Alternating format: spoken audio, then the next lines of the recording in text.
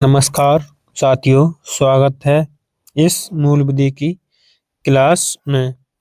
आज हम सूचना प्रौद्योगिकी अधिनियम 2000 की प्रैक्टिस करने वाले हैं। इससे पहले कल इसकी हमने थ्योरी कंप्लीट कराई थी। हम इसी प्रकार पहले एक अधिनियम की थ्योरी करते हैं, उसके बाद हम उसकी प्रैक्टिस करते हैं। आइए, आपका पहला सवाल है, सूचना प्रौद्योगिकी अधिनियम 2000 कब अधिनियमित हुआ था? तो इसमें आपका सही जवाब ऑप्शन सी 5 जून 2000 को अधिनियमित हुआ था। 17 अक्टूबर 2000 को यह अधिनियम लागू हुआ था। ठीक, इसमें कुल 90 धाराएं थे। कितनी? 90 धाराएं। इसमें कुल अध्याय 13 हैं। आइए, अगला सवाल, सूचना प्रौद्योगिकी अधिनियम कब लागू हुआ? तो मैंने बताया इसमें ऑप्शन डी 17 अक्टूबर 2000 को लागू हुआ था और 9 जून 2000 को पारित हुआ है। अगला प्रश्न, किस वर्ष में सूचना प्रौद्योगिकी अधिनियम 2000 के मुख्य संशोधन को आईटी संशोधन अधिनियम के रूप में पेश किया गया था? तो आपका सही ऑप्शन सी 2008 में। यह संशोधन लागू कब हुआ? 27 अक्टूबर 2000 को लागू हो गया। संशोधन कब हुआ? 2008 में संशोधन हुआ। तो यह 27 अक्टूबर 2009 में लागू हो गया। अगला प्रश्न,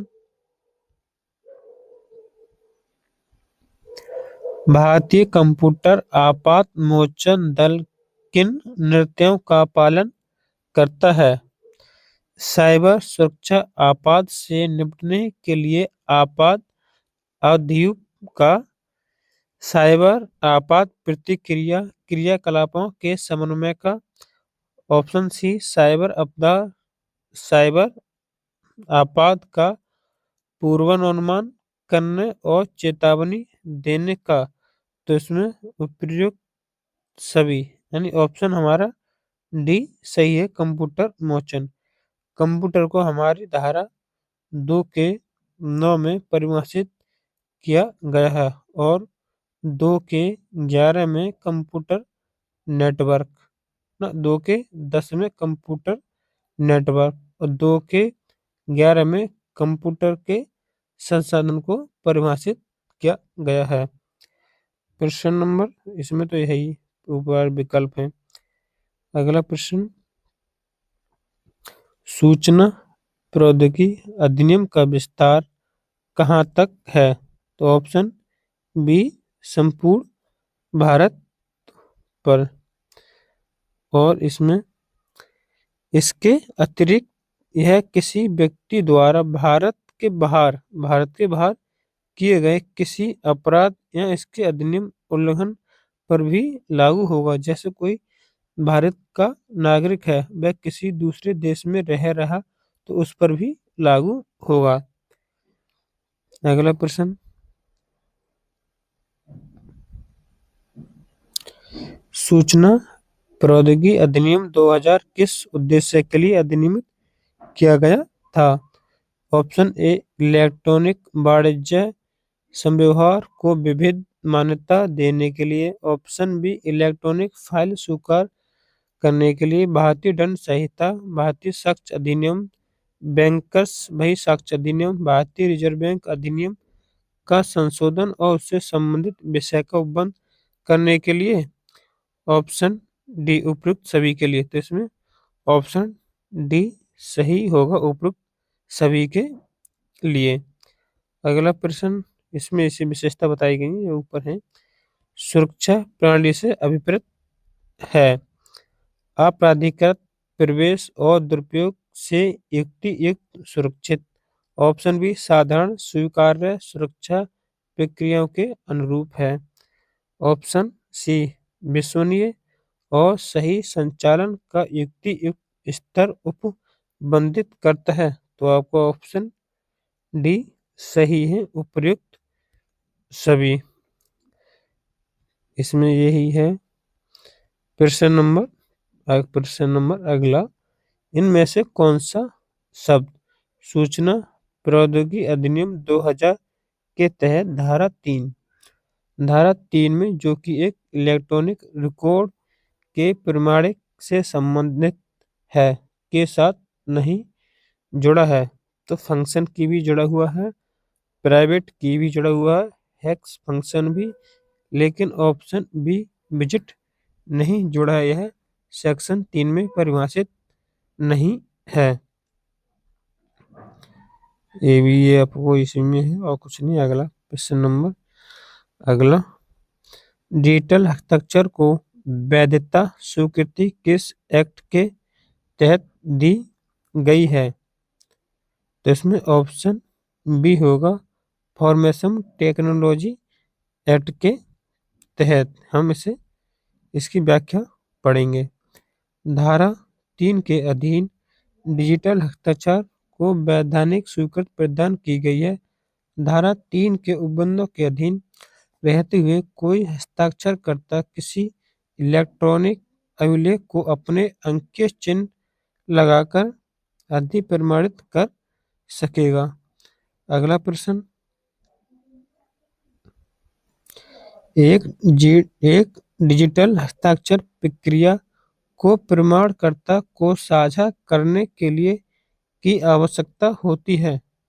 तो ऑप्शन डी फंक्शन की, जो कि धारा 3 में परिभाषित है, उसमें विजिट परिभाषित नहीं है। इसमें पढ़ते हैं ये वाला। धारा 3 के 1 के अनुसार इस धारा के प्रावधानों के अधीन कोई भी ग्राहक अपने डिजिटल हस्ताक्षर लगाकर इलेक्ट्रॉनिक रिकॉर्ड को प्रमाणित कर सकता है। धारा 3 के उप 3 के अनुसार कोई भी व्यक्ति उपयोगकर्ता की लोक कुंजी का उपयोग करके इलेक्ट्रॉनिक अभिलेख को सत्यापित कर सकता है। धारा 3 की 4 के अनुसार निजी कुंजी सार्वजनिक कुंजी उपयोग के लिए अद्वितीय है और एक कार्यशील कुंजी जोड़ी का गठन करती है। अगला प्रश्न,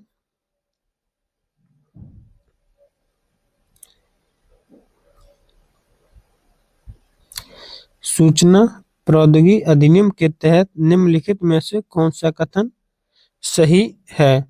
इलेक्ट्रॉनिक राजपत्र को किसी भी सरकारी नियमों की प्रकाशन आवश्यकता को पूरा करने वाला माना जाता है। इलेक्ट्रॉनिक राजपत्र अनिवार्य? ऑप्शन बी गलत। इलेक्ट्रॉनिक राजपत्र को किसी भी सरकारी नियमों की प्रकाशन आवश्यकता को पूरा करने वाला माना नहीं जाएगा। तो आपका ऑप्शन ए सही है। ऑप्शन ए में ए। इसको पढ़ते हैं।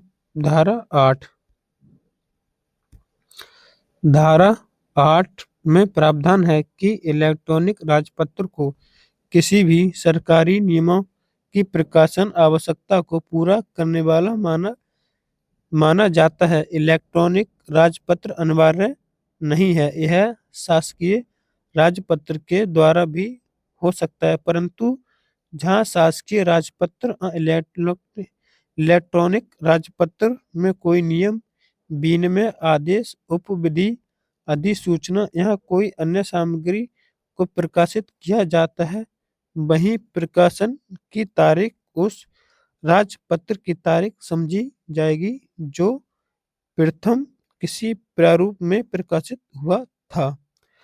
अगला प्रश्न, डिजिटल हस्ताक्षर प्रमाण पत्र कौन जारी करता है? तो इसमें ऑप्शन ए प्रमाणन अधिकारी जारी करता है। अगला प्रश्न, सूचना प्रौद्योगिकी नेटवर्क पर भेजे गए डेटा का एक असत खंड है? Option A packet. अगला,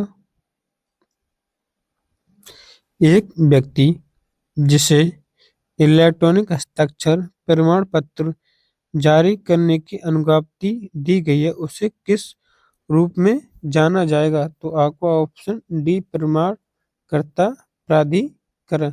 जो धारा 35 के अनुसार एक व्यक्ति जिसे इलेक्ट्रॉनिक हस्ताक्षर प्रमाण पत्र जारी करने की अनुज्ञप्ति दी गई है उससे प्रमाणकर्ता प्राधिकारी के रूप में जाना जाता है। अगला प्रश्न, सूचना प्रौद्योगिकी अधिनियम 2000 के अनुसार कोई भी व्यक्ति जो दस्तावेज रिटर्न या रिपोर्ट प्रस्तुत करने में विफल रहता है उस पर कितने रुपए का जुर्माना लगाएगा? तो इसमें ऑप्शन ए 1,50,000 रुपये यानी 1.5 लाख का जुर्माना लगाएगा। यह धारा 44 के तहत कोई भी व्यक्ति जो किसी दस्तावेज रिटर्न और रिपोर्ट प्रस्तुत करने में विफल रहता है उस पर 1.5 लाख रुपए तक का जुर्माना लगाया जा सकता है। अगला प्रश्न, इंटरनेट घंटों की चोरी से सूचना प्रौद्योगिकी अधिनियम की धारा के तहत निपटा जाता है? तो इसमें धारा 43 का एच। प्रश्न नंबर 54, अपील प्राधिकरण की स्थापना कौन करता है? तो इसमें ऑप्शन बी केंद्र सरकार। यह धारा 48 के अनुसार केंद्र सरकार अधिसूचना द्वारा अपील प्राधिकरण की स्थापना करेगी। अगला प्रश्न, सूचना प्रौद्योगिकी अधिनियम 2000 धारा 66 ए को स्पष्ट करने के लिए मामले में असंवैधानिक करार दिया गया था। तो इसमें आपका ऑप्शन डी होगा। श्रेया संगल बनाम भारत केस में धारा 66 ए को असंवैधानिक करार या दर्जा दिया गया है। अगला प्रश्न, इसकी हम आपको थोड़ी सी व्याख्या करते हैं। श्रेया संगल बनाम भारत संघ 2025 के बाद में उच्चतम न्यायालय ने सूचना प्रौद्योगिकी अधिनियम 2000 की धारा 66 ए को असंवैधानिक घोषित किया क्योंकि यह भारतीय संविधान के अनुच्छेद 19(1) का बोलने एवं अभिव्यक्ति की स्वतंत्रता के उल्लंघन में थी। अब सोशल नेटवर्किंग साइट पर आलोचना अपराध नहीं होगी जब तक कि वह भारतीय दंड संहिता 1860 के उबंधों के अधीन नहीं आती हो। अगला प्रश्न, अपराधों का अन्वेषण आईटी एक्ट में कौन करता है? तो ऑप्शन बी जो पुलिस इंस्पेक्टर से नीचे न हो।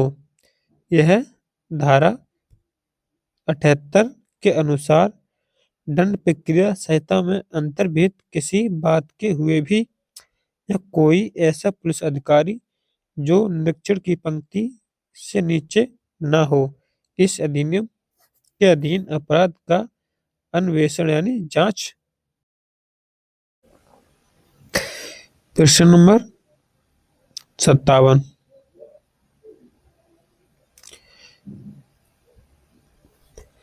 संतोष बीना के ईमेल अकाउंट के पासवर्ड को प्राप्त करने में सफल हुआ।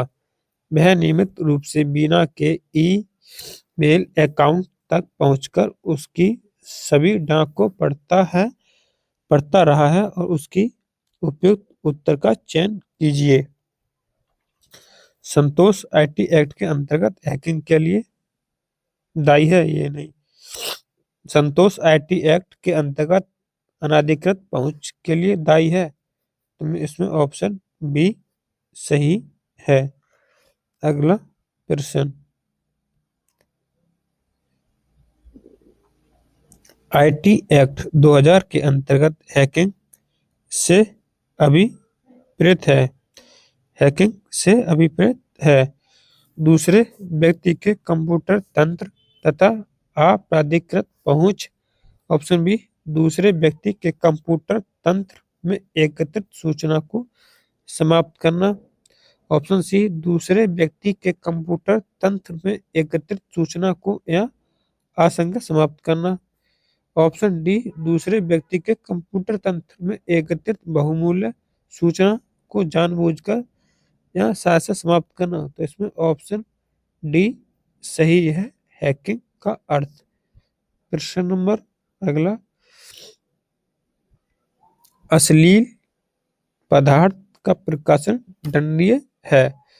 भारतीय दंड संहिता की धारा 293 में, सूचना प्रौद्योगिकी अधिनियम की धारा 67 में। तो ऑप्शन ए और बी सही है, यानी ऑप्शन सी आपका सही जवाब है। और 67 के बी में बच्चों की साहित्य से संबंधित है। धारा 66 में दंडनीय अपराध है। अगला प्रश्न, आईटी एक्ट के अधीन हैकिंग के लिए सशक्ति दंड है। उसे 3 वर्ष का कारावास और 5 लाख रुपए तक का जुर्माना, जो कि धारा 66 में उल्लेखित है। हैकिंग के लिए कारावास 3 वर्ष तक हो सकेगा और 5 लाख रुपए तक जुर्माना या दोनों से दंडित होगा। अगला प्रश्न, कौन सा पहला मामला था जो सूचना प्रौद्योगिकी अधिनियम 2000 के अंतर्गत आपराधिक मामले के रूप में सामने आया था? तो इसमें ऑप्शन सी सही है, तमिलनाडु राज्य बनाम सुहास कट्टी। ऑप्शन सी सही है, पहला मामला आया था। अगला प्रश्न, यह मामला धारा 67 के तहत आपराधिक मामला दर्ज हुआ था। अगला, धारा साइबर अपराध निम्न में से किससे मूलतः संबंधित होता है? तो कंप्यूटर से भी, इंटरनेट से भी, संचार युक्तियों से भी। ऑप्शन डी उपयुक्त सभी से। अगला प्रश्न, किसी दूसरे के कंप्यूटर इत्यादि को क्षति पहुंचाने पर सूचना प्रौद्योगिकी अधिनियम दंड की व्यवस्था है। तो ऑप्शन सी प्रतिकर दंड की व्यवस्था है। यह धारा 43 के अधीन प्रतिकर के रूप में दंडनीय है। प्रभावित व्यक्ति को अपराधी से 1 करोड़ रुपए तक की हुई हानि के लिए प्रतिकर दिलाया जा सकेगा। अगला प्रश्न, अश्लील सामग्री इलेक्ट्रॉनिक रूप में प्रकाशन किस धारा के लिए दंडनीय है? तो ऑप्शन सी धारा 67 के तहत। ये तो मैंने आपको बताया, इसका दंड पड़ते हैं। धारा 66 के तहत दंडनीय किया गया है। दंड के रूप में अगर पहली बार करता है तो 3 वर्ष तक का दंड और 5 लाख रुपए तक का जुर्माना। अगर दूसरी बार करता है तो 5 वर्ष तक का कारावास तथा 10 लाख रुपए तक जुर्माने की व्यवस्था है। अगला प्रश्न, पहचान चोरी करने के लिए क्या दंड दिया जा सकता है? तो इसमें ऑप्शन बी 3 वर्ष तक का कारावास और जुर्माना, जो कि धारा 66 के गांव में पहचान चोरी के लिए दंड की व्यवस्था दी गई है। इस धारा में 3 वर्ष तक का कारावास और 1 लाख रुपए तक का जुर्माना दंड के रूप में दिया जाएगा। धारक किसी अन्य व्यक्ति के इलेक्ट्रॉनिक हस्ताक्षर या पासवर्ड या अन्य कोई पहचान का प्रयोग करने में दंडनीय बनाती है। प्रश्न नंबर, कितने बरस तक के कारावास से दंडनीय अपराध इस अधिनियम के अधीन जमानती होंगे? 3 बरस तक के। यह धारा 77 के खा के तहत 3 बरस तक के कारावास दंडनीय अपराध जमानती होते हैं। 3 बरस से यह अधिक अवधि के कारावास से दंडित अपराध संज्ञेय हैं। अधिनियम में अपशिष्ट सस्ती या दंड कहाँ दिए गए हैं? तो ऑप्शन बी धारा 45 में।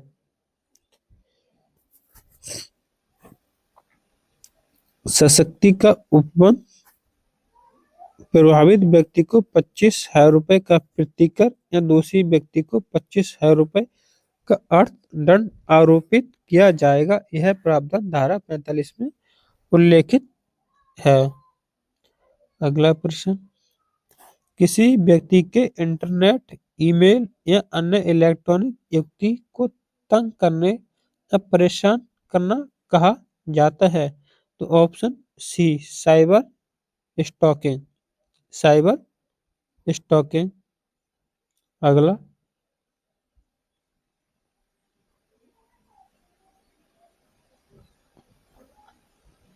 ऑप्शन दी,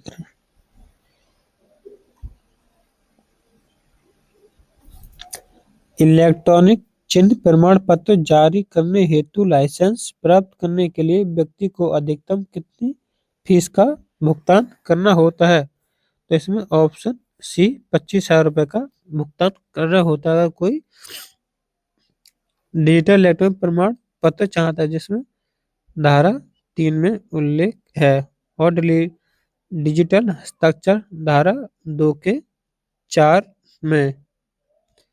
अगला प्रश्न,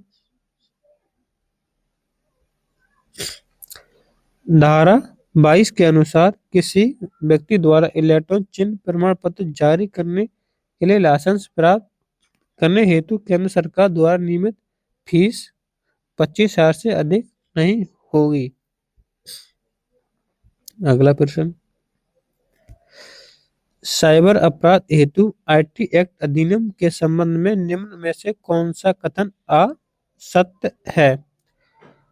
सिविल न्यायालय में कोई भी बात या कार्रवाई उपचार हेतु संस्थापित की जाएगी। तो ऑप्शन सी असत्य है।